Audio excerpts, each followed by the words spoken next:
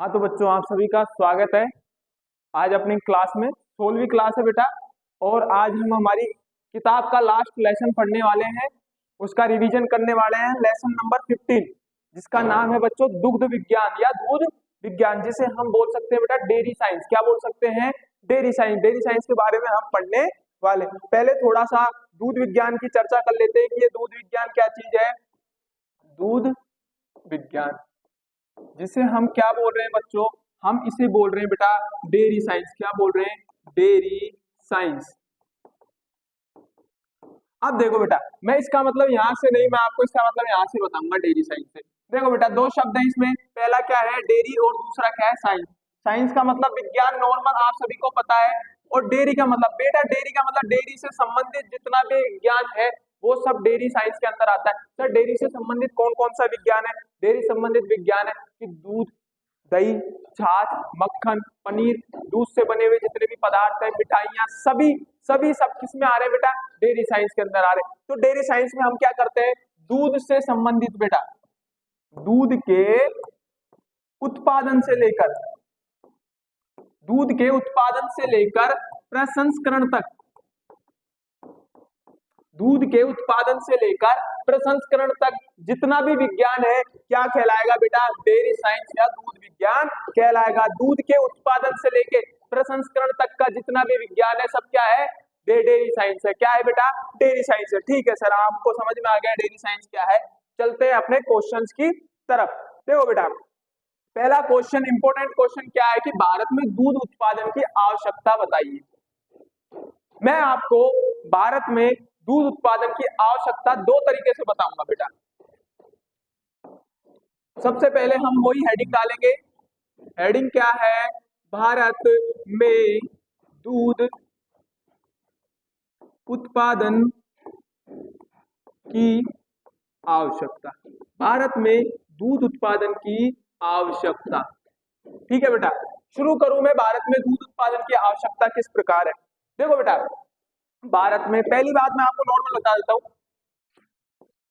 कि भारत का दूध उत्पादन में कौन सा स्थान है बेटा? पहला स्थान।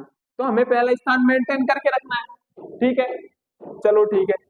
लाखों परिवार ऐसे हैं बेटा, लाखों परिवार ऐसे हैं जिनकी आय का, जिनकी आय का प्रमुख स्रोत क्या है? प्रमुख, जिनकी आय का प्रमुख स्रोत, प्रमुख स्रोत क्या है बेटा? दूध उत्पादन। क्या है बच्चों? दूध उत्पादन। लाखों परिवार ऐसे हैं बच्चों जिनकी आय का प्रमुख स्रोत ही क्या है? दूध उत्पादन। ठीक है, रोजगार का मुख्य स्रोत है हमारे यहाँ। कई लोगों का रोजगार है क्या है? दूध उत्पादन। ये तो हो गई बेटा मोटी मोटी बात, जो हम साइंटिफिक बोल सकते हैं, पेपर में लिख के आ सकते हैं। बेटे समझने वाली बात क्या है कि इसके अलावा भी दूध हमारे लिए कैसे जरूरी है। हमारे अंदर विटामिन मिनरल्स की पूर्ति के लिए हमें दूध उपयोगी है। ठीक है, पोषण के लिए हमें दूध उपयोगी। कई प्रकार के ऐसे खनिज लवण हैं, कई प्रकार के ऐसे कार्बोहाइड्रेट्स हैं, प्रोटीन्स हैं जो हमें दूध से प्राप्त होते हैं, दूध के अलावा कहीं से प्राप्त नहीं होते। तो वो नहीं मिलेंगे यदि दूध नहीं मिलेगा तो। ठीक है, इसके अलावा मैं आपको बताऊं, आप जो मिठाइयाँ खा रहे हो और दूध दही छाछ का आप क्या कर पा रहे हो? मजा ले पा रहे हो। ये सब किसकी वजह से ले पा रहे हो? दूध की वजह से।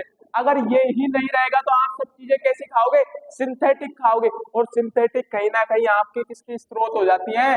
बीमारियों के स्रोत बन जाते हैं। तो इस प्रकार भारत में अगर आपको इन सब चीजों को मेंटेन करना है, आपकी जबान के लिए स्वाद चाहिए आपको, तो दूध का उत्पादन जरूरी है। इसको ऐसे की ऐसे ही क्या कर लो बेटा? छाप लो। ऐसे की ऐसे ही आप सभी लोग इसको छाप लेंगे बेटा।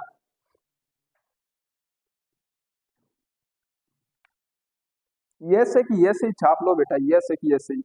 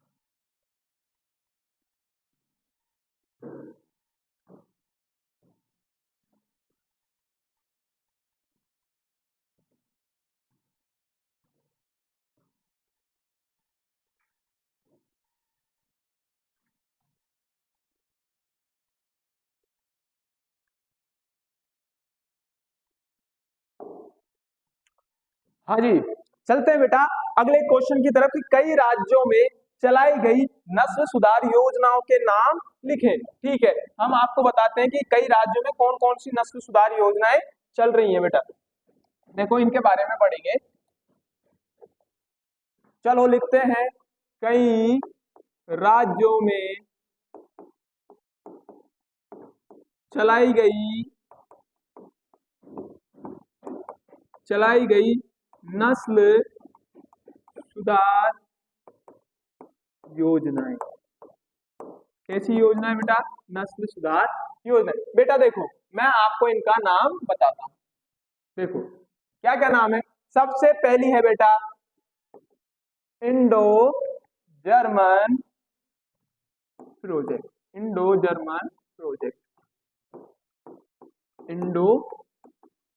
German project. अगला है बेटा Indo Danish project. Indo Danish project.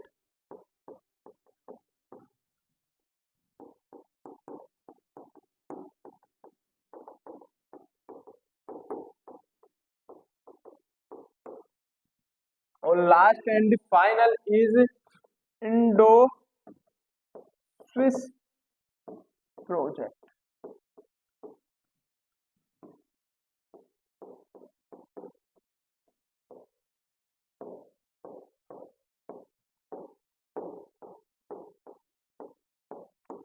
चलो इनके नाम लिख लो बेटा।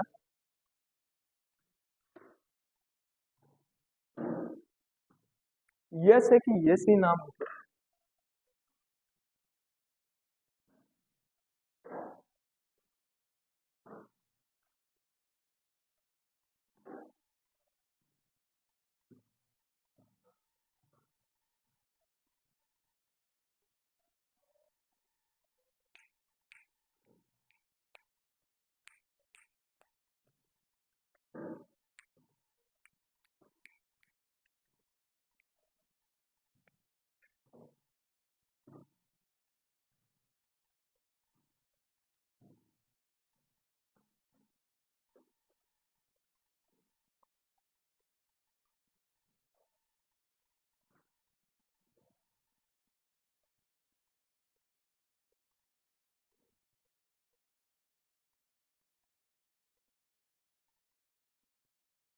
चले देखो बच्चों आगे बढ़ते हैं। हाँ जी, एनडीडीबी के क्षेत्रीय कार्यालय कहाँ स्थित है?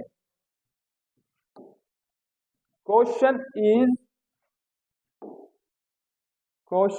इज एनडीडीबी के क्षेत्रीय कार्यालय कहाँ स्थित है? देखो बेटा सबसे पहले मैं आपको बताऊं एनडीडीबी। सबसे पहले NDDB national dairy development board.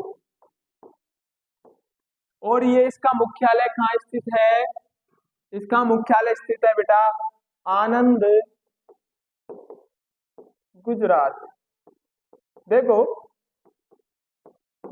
आपको दूध की कोई भी मिठाई वगैरह खाने में क्या आ जाता है? आनंद आ जाता है। डेयरी से दूध याद रखना, दूध से आनंद गुजरात याद रखना। अब बेटा आपके पास क्वेश्चन क्या था? एनडीडीबी के क्षेत्रीय कार्यालय कहाँ पर स्थित है? बेटा इसका आप अगर जवाब ये लिख के आओगे तो आपका आंसर क्या हो जाएगा? गलत हो जाएगा। तो आपको क्या करना है? आपको याद रखना है कि दो ब्रांड याद रखने हैं, दो ब्रांडों के नाम याद रखने हैं, बर्बरी और कैल्विन क्लेन। ठीक है, बर्बरी और कैल्विन क्लेन। बी से बेरी और कैल्विन और क्लेन। देखो बॉम्बे, दूसरे से बेंगलोर, तीसरे से चेन्नई और फोर्थ वन से कोलकाता। और यही चार जगह क्या है बेटा? इसके क्षेत्रीय कार्यालय स्थित है। बॉम्बे, बेंगलोर, चेन्नई और कोलकाता, बीबीसी के।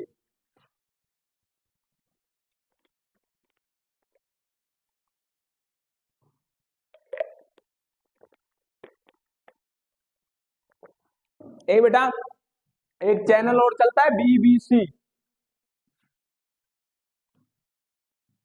और आजकल एक गाना और बड़ा फेमस चल रहा है बीबीसी साउथ दिल्ली की, कुछ ऐसा, खुल्लर जी का।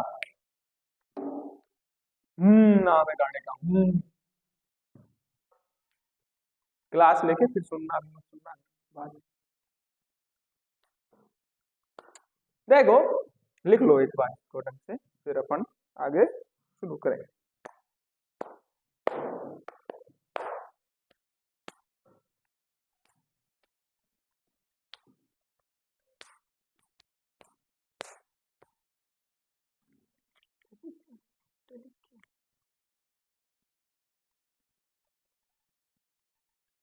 पूरा लिखोगे ना यार, सॉरी पुलिस भाई।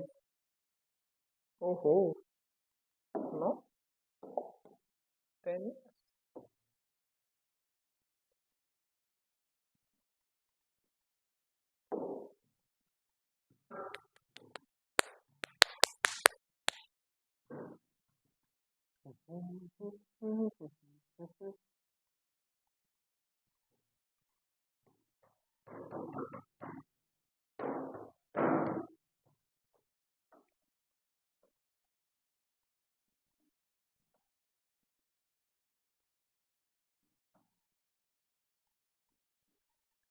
छोटी मोटी गाड़ी में नहीं बैठूंगी।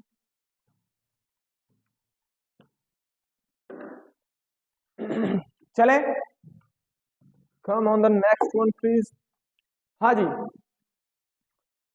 भारतीय डेयरी निगम की स्थापना कब हुई? अभी बताते हैं आप लोगों को, भारतीय डेयरी निगम की स्थापना कब हुई। भारतीय डेयरी निगम, भारतीय डेयरी निगम। तो भारतीय डेयरी निगम की स्थापना हुई थी ब्रदर्स 13 जैन 1970। लिख लो 13 Jan 1970।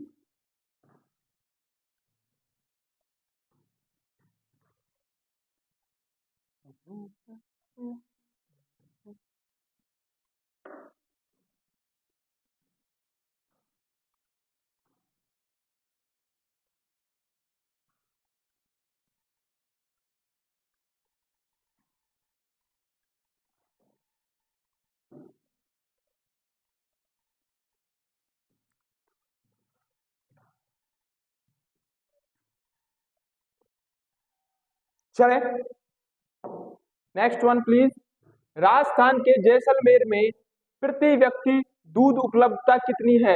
राजस्थान के जैसलमेर में प्रति व्यक्ति दूध उपलब्धता इतनी है जितनी आप लोग सोच भी नहीं सकते हो। तो देखो कितनी है कि राजस्थान के जैसलमेर में, कहाँ पे? जैसलमेर में प्रति व्यक्ति, कैसे? प्रति व्यक्ति दूध उपलब्धता सर्वाधिक है बेटा, सर्वाधिक है। और सर्वाधिक कितनी है? 1085 ग्राम प्रति व्यक्ति।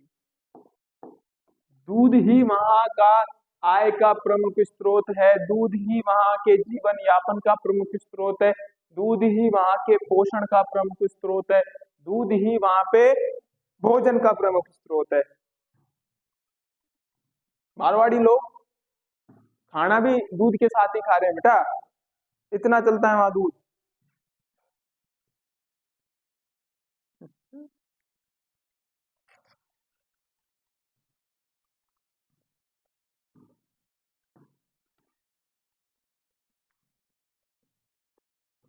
चले बेटा आगे बढ़ते हैं, आगे चलते हैं। अपना अगला क्या है क्वेश्चन? What is ICDP?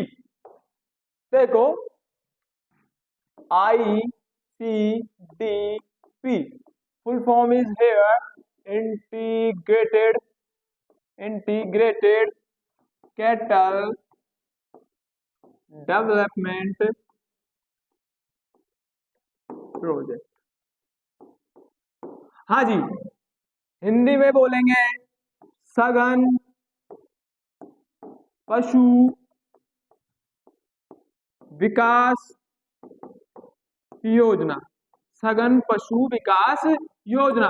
बेटा इस आईसीडीपी में हुआ क्या है, होता क्या है, हुआ क्या था, इसके बारे में हम पढ़ने वाले हैं। इसमें किया क्या जाता है बेटा, इसमें किया क्या गया था, इसमें क्या किया गया था, 1 लाख, 1 लाख कितनी बेटा, 1 लाख प्रजनन योग्य, कैसी प्रजनन योग्य, 1 लाख प्रजनन योग्य मादा पशुओं को चुना गया था, मादा पशुओं को चुना जाता है, मादा पशुओं को चुना जाता है। आईसीडीपी के अंदर 1 लाख प्रजनन योग्य मादा पशुओं को चुना जाता है। फिर बेटा क्या किया जाता है, उनका नियंत्रित प्रजनन किया जाता है। क्या किया जाता है बेटा, नियंत्रित प्रजनन किया जाता है। सब चीज समझाऊंगा कि नियंत्रित प्रजनन क्या होता है। नियंत्रित प्रजनन किया जाता है, उनको संतुलित आहार दिया जाता है, संतुलित आहार उपलब्ध करवाया जाता है, संतुलित आहार, और रोग नियंत्रण का ध्यान रखा जाता है, रोग नियंत्रण बचाव का भी ध्यान रखा जाता है। पूरा प्रोजेक्ट अब हम समझने वाले हैं कि आईसीडीपी क्या था। आईसीडीपी में क्या किया था बेटा, कि सबसे पहले इन लोगों ने 1 लाख प्रजनन योग्य मादाओं का क्या कर लिया था, चुनाव कर लिया था। कि मतलब आपने जगह जगह छाट कर 1 लाख ऐसी मादा पशुओं का चयन कर लिया जिनका आप क्या करवा सको बेटा, प्रजनन करवा सको। और बेटा नियंत्रित प्रजनन करवाया। नियंत्रित प्रजनन कर क्या होता है बेटा, कि समयानुसार प्रजनन करवाना, कि जब उसे नीड हो, जब उसे बच्चा लग सके, जब वो क्या हो सके कि नया पशु को क्या कर सके, जन्म दे सके, ऐसी स्थिति मतलब जब गर्भाधान हो सके, उस स्थिति में कृत्रिम या फिर सांडों के द्वारा जो वहां पे डिमांड थी उस हिसाब से क्या किया गया बेटा, प्रजनन करवाया गया।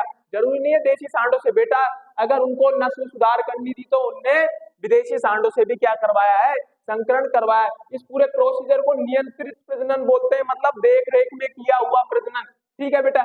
संतुलित आहार समझो, संतुलित आहार का मतलब जितना पशु को जैसा नीड है वैसा भोजन उपलब्ध करवाया गया इसके अंतर्गत इन 1 लाख मादा पशुओं को, और उनके रोग नियंत्रण का पूरा ध्यान रखा गया। उन्हें समय समय पे वैक्सीन लगाए गए, उन्हें समय समय पर सब सुविधाएं उपलब्ध कराई गई। और ये पूरा प्रोजेक्ट क्या था बेटा, ICDP, integrated cattle development project, सघन पशु विकास योजना। ठीक है बेटा, लिख लो इसको, यस है कि यस सही।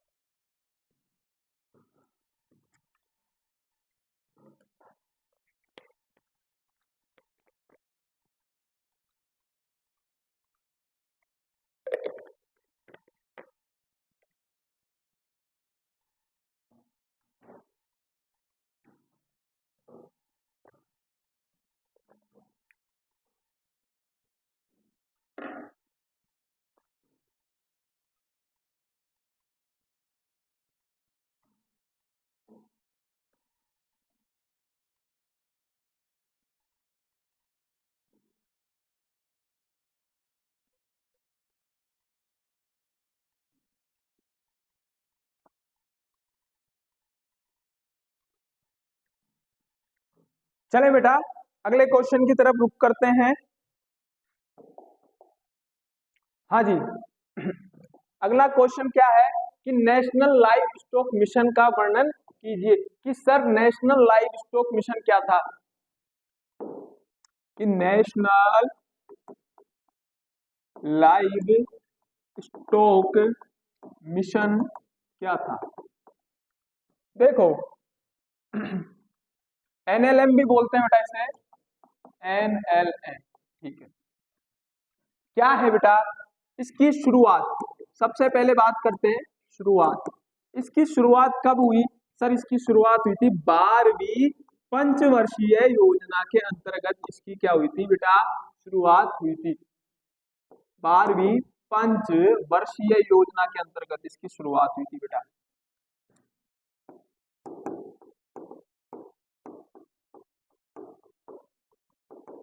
अंतर्गत इसकी क्या हुई थी बेटा? शुरुआत। शुरुआत कब हुई थी? 12वीं पंचवर्षीय योजना के अंतर्गत शुरुआत की गई थी बेटा। इसका उद्देश्य क्या था? इसका उद्देश्य क्या था? इस योजना का उद्देश्य अब हम पढ़ रहे हैं। इस योजना का उद्देश्य, इस योजना का उद्देश्य ये था बेटा कि चारे की मांग, इसके अंतर्गत चारे और दाने की मांग और उपलब्धता के बीच में अंतर कम करवाना। नहीं समझ में आएगा, मुझे पता है नहीं आएगा समझ में, मैं आपको समझाता हूं। पहले उद्देश्य हम लिख लेते हैं फिर समझेंगे। इसके अंतर्गत दाने व चारे की उपलब्धता व मांग में अंतर को कम करवाना। इसका उद्देश्य क्या था? दाने की और चारे की उपलब्धता व उसकी मांग में अंतर को कम करवाना।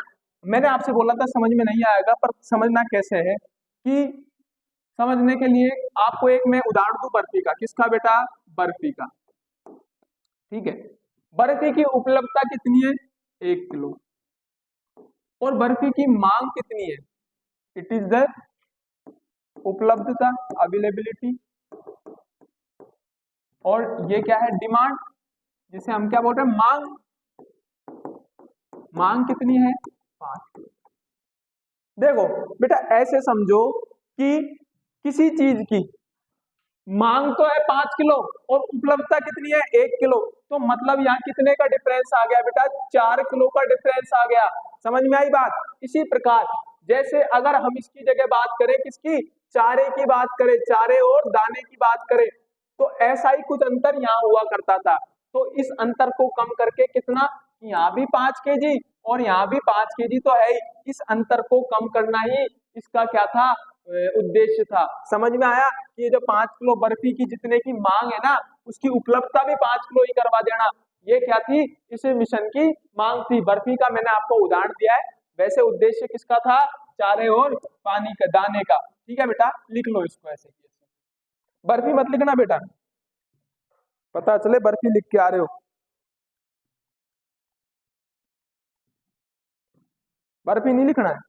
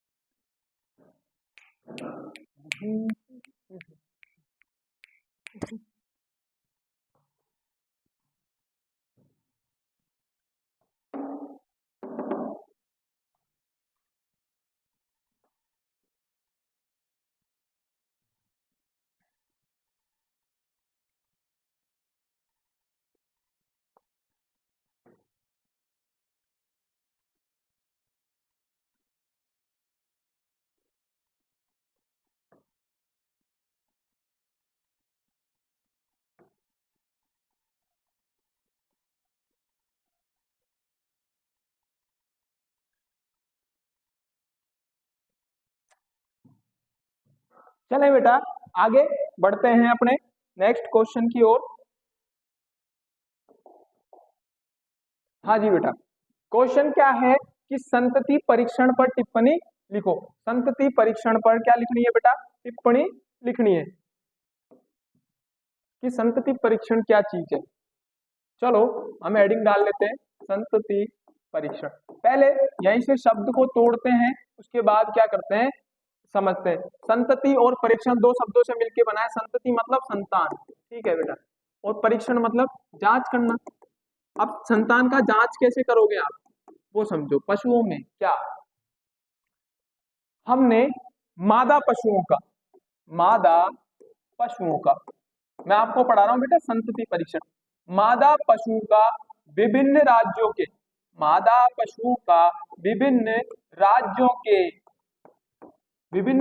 के किनसे, उन्नत सांडों से। किनसे बेटा, उन्नत सांडों से। हमने क्या करा दिया बेटा, हमने क्या कराया, क्रॉस कराया। मादा पशु का विभिन्न राज्यों के उन्नत सांडों से हमने क्या करा दिया बेटा, क्रॉस करा दिया। और क्रॉस करने के बाद जो उनसे बच्चियां पैदा हुई, ठीक है, उनकी हमने क्या की बेटा, जांच की। इनसे क्या जांच क्या की कि इनसे दूध उत्पादन कैसा हो रहा है, इनसे जो संतति हो रही है, इस वाली संतति से जो संतति हो रही है उसमें क्या विभिन्न गुण है, ठीक है। इसी प्रोसीजर को क्या कहेंगे, संतति परीक्षण कहेंगे। क्या था बेटा कि प्रत्येक राज्य के 80 अच्छी नस्ल के सांडों से, प्रत्येक राज्य की मादा पशुओं का अच्छी नस्ल के सांडों से गर्भित कराकर और पैदा होने वाली जो बच्चियां हैं उनको अच्छी तरह से हमने क्या किया, पाला। और पालने के बाद उनसे दूध उत्पादन देखा, उनसे अगली पीढ़ी को देखा। और यही क्या था बेटा, यही था संतति परीक्षण। कि जैसे उदाहरण के लिए मैं आपको बताऊं कि मेरी संतति का परीक्षण क्या करना आपको करना है, तो जिनसे संबंध होता है उनसे जो बच्चा पैदा होगा उसका ही तो परीक्षण करोगे कि इसमें कौन कौन से गुण है। वो ही सिंपल प्रोसीजर ये था बेटा। आ मत जाना मेरे पास, पता चले कल ही आ जाओ सर संतति परीक्षण करना है भाई, अभी समय है।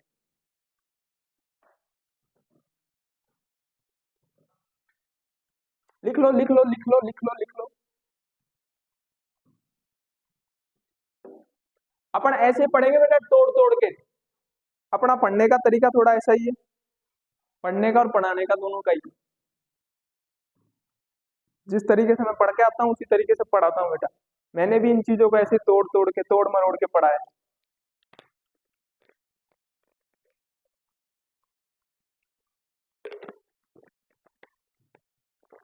बेटा समझ में आना चाहिए आपको, कैसे भी आए, तोड़ने से आए, जोड़ने से आए, मोड़ने से आए, मरोड़ने से आए, किसी से भी आना चाहिए। हाँ जी, चलते हैं अगले क्वेश्चन की तरफ कि भारत सरकार द्वारा पशु विकास कार्यक्रम के लिए चलाई गई योजनाओं के बारे में लिखो। किसके द्वारा, भारत सरकार द्वारा। किसके द्वारा, हमारी प्यारी भारत सरकार के द्वारा। किसके लिए, पशु विकास के लिए। किसके लिए बेटा, पशु विकास के लिए जो जो योजनाएं चलाई गई हैं उनके बारे में लिखना है। मैं आपको उन सभी योजनाओं के नाम बता देता हूं यहाँ पे। सबसे पहली आपको जो मैंने अभी पढ़ा बेटा, इन सब के बारे में पढ़ा चुका हूं आपको। सघन पशु विकास योजना, सघन पशु विकास योजना। पहली योजना का नाम क्या हो गया बच्चों, सघन पशु विकास योजना। अगली योजना देखो, अगली योजना क्या थी कि उन्नत नस्ल के विदेशी सांडों से संकरण। उन्नत नस्ल के विदेशी सांडों से संकरण। उन्नत नस्ल के विदेशी सांडों से क्या बेटा, संकरण कराया गया हमारे यहाँ की देशी गायों का, देशी मादाओं का। इसके अलावा देखो बेटा, भ्रूण स्थानांतरण तकनीक, भ्रूण स्थानांतरण तकनीक, इसके बारे में थोड़ा आपको अभी बता दूंगा, ठीक है। भ्रूण स्थानांतरण तकनीक। इसके अलावा देखो, विभिन्न राज्यों में नस्ल सुधार प्रोग्राम, जैसे अभी आपने पढ़ा था थोड़ी देर पहले, Indo Danish, Indo German, Indo Swiss projects. इसके अलावा हमारा अभी जो हमने पढ़ा है संतति परीक्षण पढ़ा है, क्या पढ़ा है सर, ठीक है, वो हो गया। इसके अलावा गौशाला एवं चारा योजना, जो गौशालाएं चल रही है बेटा इतनी सारी। इसके अलावा की विलेज प्रोजेक्ट, ठीक है। और लास्ट हमारा क्या है, कोऑपरेटिव डेयरी, सहकारी डेयरी, जैसे सरस डेयरी हो गई, सहकारी डेयरी, ये सभी क्या है, पशुपालन को बढ़ावा देने के लिए हमारी तरफ से, सरकार की तरफ से क्या चल रहे हैं, योजनाएं चल रही। बेटा इन सबको आप लिखना, पर थोड़ा सा पहले एक बात हम पढ़ लेते हैं, भ्रूण स्थानांतरण तकनीक। बेटा भ्रूण स्थानांतरण तकनीक, बेटा देखो आज के टाइम पे बड़ा फेमस है IVF, इन विट्रो फर्टिलाइजेशन। इसके बारे में नहीं पढ़ेंगे, पर पढ़ेंगे भ्रूण स्थानांतरण तकनीक के बारे में, कि क्या किया आपने, भ्रूण किसी अन्य नस्ल में होने दिया, और अन्य नस्ल का भ्रूण आपने उठाया और दूसरी मादा में क्या कर दिया, स्थानांतरण कर दिया। जैसे बच्चा बना, भ्रूण बना बच्चे का किसी दूसरी नस्ल में, ठीक है। जैसे हम सोच रहे हैं, उदाहरण के लिए मैं आपको बता रहा हूं कि नस्ल बना, होलिस्टीन फ्रीजियन में भ्रूण बन गया, ठीक है। होलिस्टीन फ्रीजियन का हमने संकरण कराया और होलिस्टीन फ्रीजियन गाय में क्या बन गया, भ्रूण बढ़ गया। अब उस भ्रूण को हम क्या करेंगे, निकालेंगे और किस में डाल देंगे, साहिवाल गाय में डाल देंगे। अब बच्चा किस नस्ल का पैदा हो रहा है, किसका, होलिस्टीन फ्रीजियन का, ठीक है। और उसको पोषण कहाँ से मिल रहा है, साहिवाल। तो ये क्या होगा बेटा कॉन्सेप्ट, ये हो गया भ्रूण स्थानांतरण तकनीक। चलो अब दोबारा हम आ जाते हैं इसी के ऊपर, और अब बेटा आप इनको छाप लो आंख बंद करके। बोले सर आंख बंद करके कैसे छापेंगे, आंख बंद करो बेटा, छापो ऐसे ऐसे ऐसे ऐसे, थोड़ी थोड़ी सी खोल लेना यार बीच बीच में।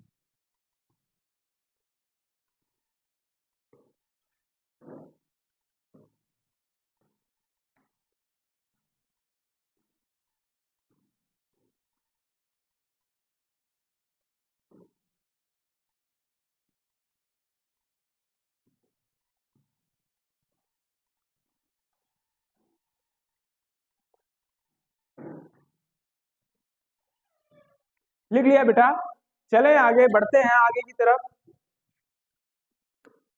अगला क्वेश्चन क्या है, भारत में दूध उत्पादन की आवश्यकता में विकास कार्य का वर्णन करें। बेटा मैंने आपको भारत में दूध उत्पादन की आवश्यकता पढ़ा दिया और विकास कार्य पढ़ा दिया। सर कैसे पढ़ा दिया, कि बेटा देखो विकास कार्य तो ये हो रहा, ठीक है, और आवश्यकता मैंने आपको पहले क्वेश्चन में पढ़ाया था। उन दोनों को मिला के आप लिखोगे तो आपका ये क्वेश्चन का जवाब आ जाएगा, ठीक है बेटा। और धन्यवाद आप सभी का मेरे साथ जुड़े रहने के लिए। हमने आपका पूरे 15 पाठों का रामबाण 16 क्लासों में तैयार करके आपके सामने रख दिया है। और कोई भी परेशानी हो बेटा आप YouTube पे कमेंट कर सकते हो, संस्था को डायरेक्ट कांटेक्ट कर सकते हो। मिलेंगे बेटा आपसे 29 मार्च को, जब हमारे यहाँ क्रैश कोर्स होगा स्टार्ट। बेटा आप सभी लोग भारी संख्या में यहाँ पहुंचकर हम सबसे रूबरू होंगे, हमारी टीम से रूबरू होंगे, और पढ़ाई का क्या करेंगे बेटा, जानकारी प्राप्त करेंगे कि आपको अन्य संस्थाओं से कैसे अच्छा यहाँ पे पढ़ाया जा रहा है, ठीक है बेटा। धन्यवाद आप सभी का जुड़े रहने के लिए, मिलते हैं आपसे अगली क्लास में, ठीक है बेटा, धन्यवाद।